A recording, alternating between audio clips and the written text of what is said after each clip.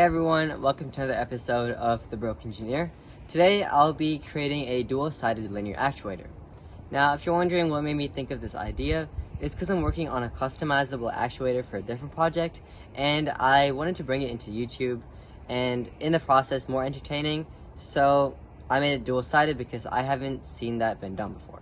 So let's get started.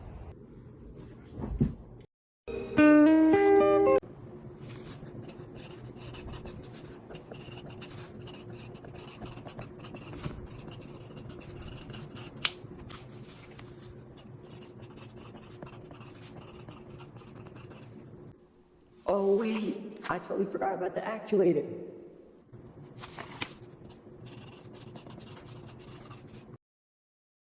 Anyways, this is the design for the traditional linear actuator, which I'll let play on the screen for a little bit. So I moved the design onto paper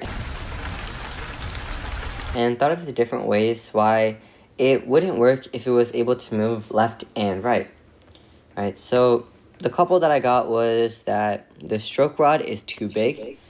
You wanna know what else is too big? These games, bro, trust. And if it moved through the threaded rod and hit the gear, it obviously wouldn't be able to pass through, right? And the second big problem is that everything from this side and up is threaded, but this entire section over here isn't, right? And what that does is that no matter how much you turn the lead screw, it's never going to be able to move the stroke rod past a certain point, right? Past this point. So it would never be able to pass through in the first place. So I thought of different ideas, specifically moving the motor and gear placement around, which I would try to explain, but my art isn't good enough, and it was also just a bad idea. I'm sorry, Leonardo DiCaprio. Right. So instead of worrying about that, I noticed that the idea was flawed, and instead of continuing on with trying to find a new design, I was looking at different parts of the actuator and why you really needed it, right? So one of the biggest problems in this case was the stroke rod, so I wondered, why was the stroke rod there? Do you really need it? Stupid question, but let's find out. By the way, quick tip for you guys. You see, if you just lower the bar for what's smart, then nothing can be taken as stupid.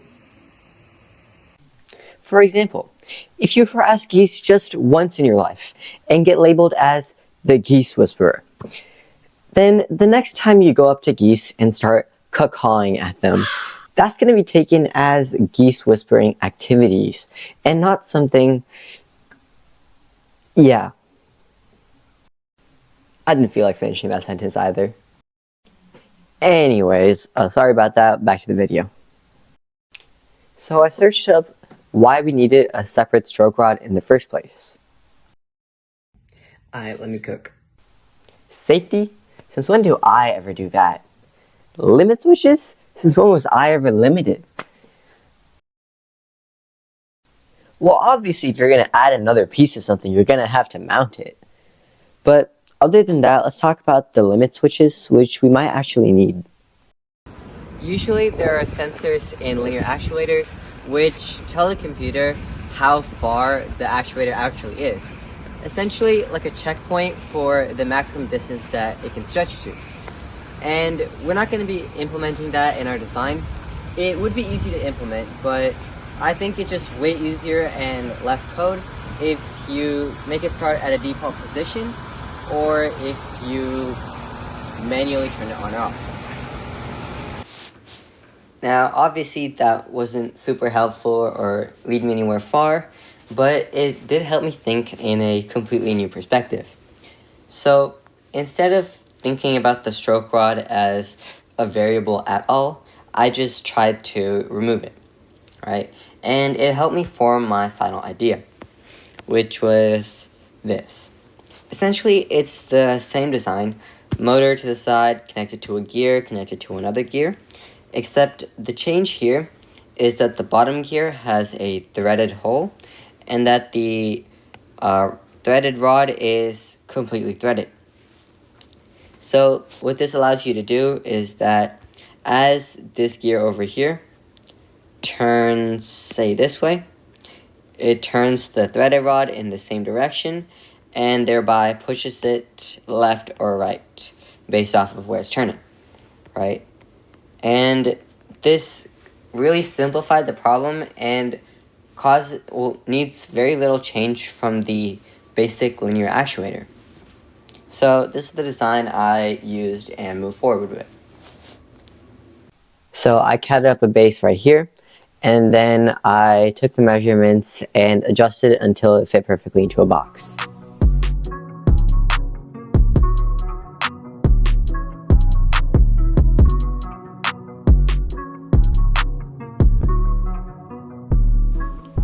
Ain't no way I can't figure this out again. For the second video in a row.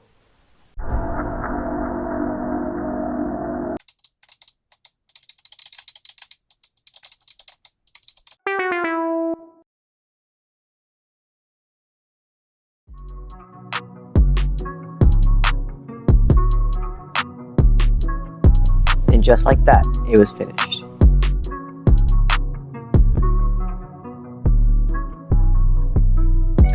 Mission successful. Hi everyone, thanks for watching. If you guys enjoyed this video, make sure to like, subscribe, and leave a comment. Catch you in the next video.